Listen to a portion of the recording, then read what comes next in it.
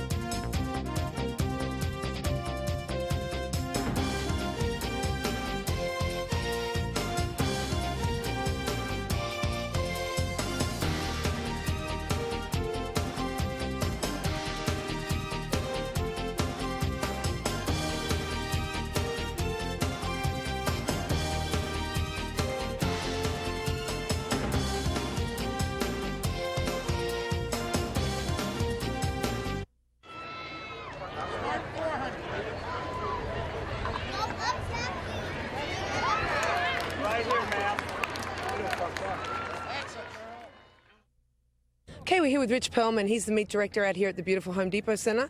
As we know, we've got the Track and Field Invitational tomorrow. A lot of these athletes getting ready for the Olympics. Just spoke with some superb athletes, just got back from the World Champions. You've got Olympians, you've got World Champion victors, you've got NCAA Championships. What was the impetus for this track meet and why is it so good? The genesis of the meet was that Philip Anschutz, who is the person who built the Home Depot Center, a $150 million gift to Olympic track and field, soccer, cycling, and tennis, wanted to have a world-class place in Southern California where world-class track and field could take place. The reason that the meet is so good is because A, it has the proper amount of funding and the proper amount of people who know and love the sport working on it, and secondly, it's an Olympic year, and we have called this event See Athens before it happens. So you're going to see probably about a dozen, maybe even 15 or 18 athletes who will be on the victory stand in Athens later this summer. And we actually have some matchups that I think those may be the matchups that you end up seeing actually when you get to the games, like Gail Devers and Perdita Felician in the 100-meter hurdles for women. That is really what it's going to be about. In the long jump, we have Savante Stringfellow from the U.S., who is one of the leading gold medal candidates, and Hussein Al-Sabi from Saudi Arabia, also a gold medal possibility. So that's right there in front of people, and they can take a look at it and see it for themselves tomorrow. When do you think America is going to start catching up to the rest of the world in terms of their passion for track and field? We've seen time and time again that although we have such superb athletes here in America, superb athletes, we are not getting the same attention, they're not getting the same type of money from their sponsors. Talk to me about how you think your role in this meet is developing not only the athletes, but in fact their income. Well, I think what's important is that you show that there is real interest by the general public to come out and spend their money to see a track and field event at a high level. And our goal has been to provide a world-class field in every single event so that when people come out, they may know Marion Jones and Gail Devers and Maurice Green, but when they see Jeff Hartwig or Toby Stevenson or Nick Heisong in the pole vault, all of a sudden that was really the thing that they remember. So if we can bring them out, present the meet well, entertain them, then they'll spend their entertainment dollar on track and field. That's going to give other sponsors and other people in other cities the idea we should put on a big-time track meet, and that's how the sport is going to grow.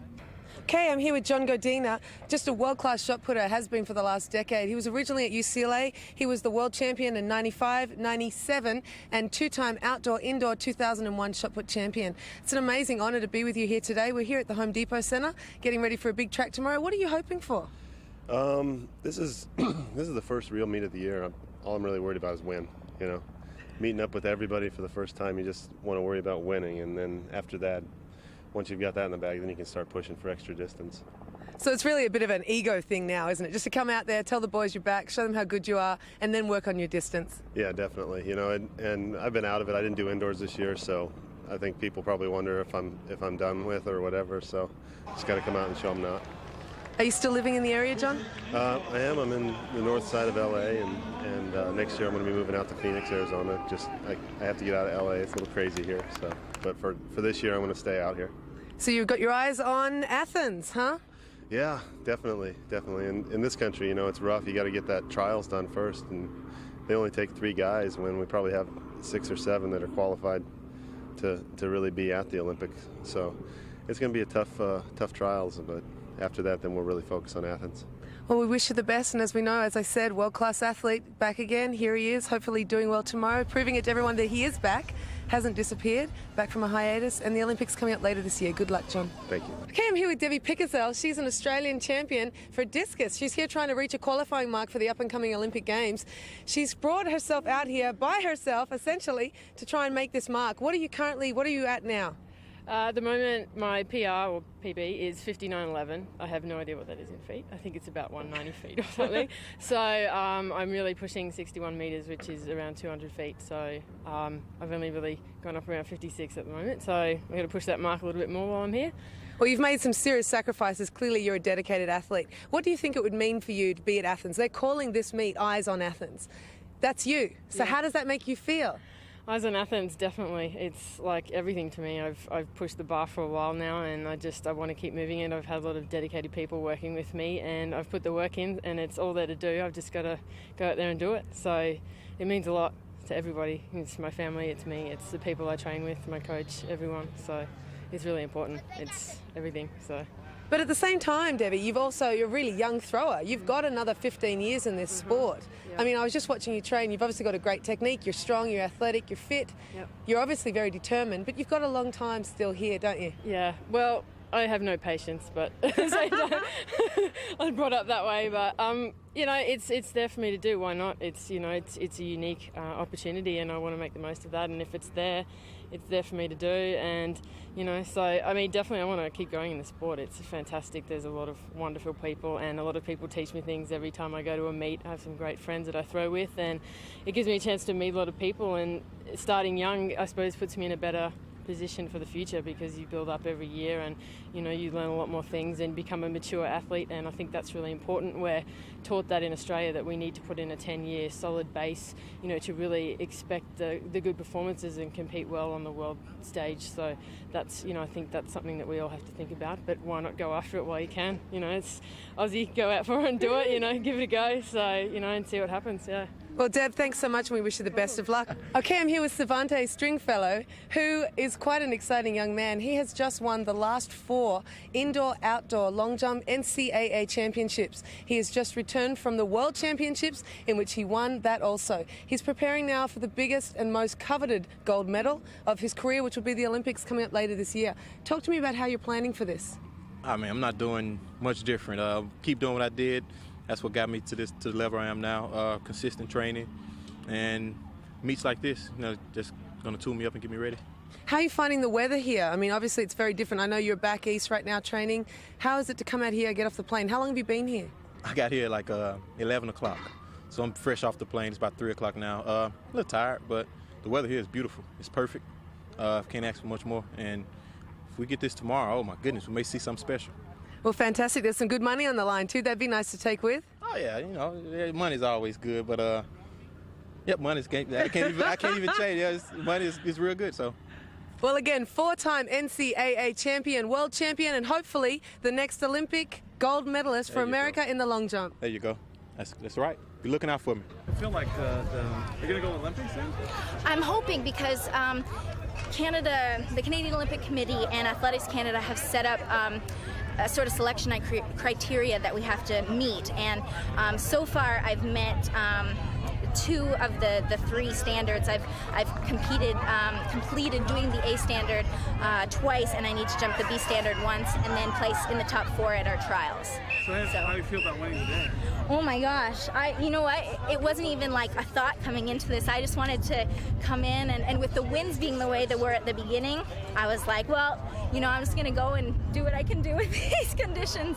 So it was very unexpected, but very a pleasant surprise. Thank you. I'm here with Moose Thompson, the 1948 Olympic shot put champion, USC competitor, longtime coach at Long Beach State, and still continues to coach some of the nation's best shot putters. Moose, you've been doing this for a lot of years. What's the one thing that you can tell us to remember? Well, I remember coaching you as a hammer thrower. I don't think I was that good back then, Moose. I could have listened to you more. You were very good at that time. You were just there at the wrong time. I think you're right. But looking ahead to John Davis, he seems like he's got all the attributes that is necessary. Talk about where you see him. Well, he's trying the discus this year instead of the shot, so he's qualified for the Olympic trials. We'll see what happens. Thank you so much, Moose. Thank you. Thank you. In lane 7, representing Nike,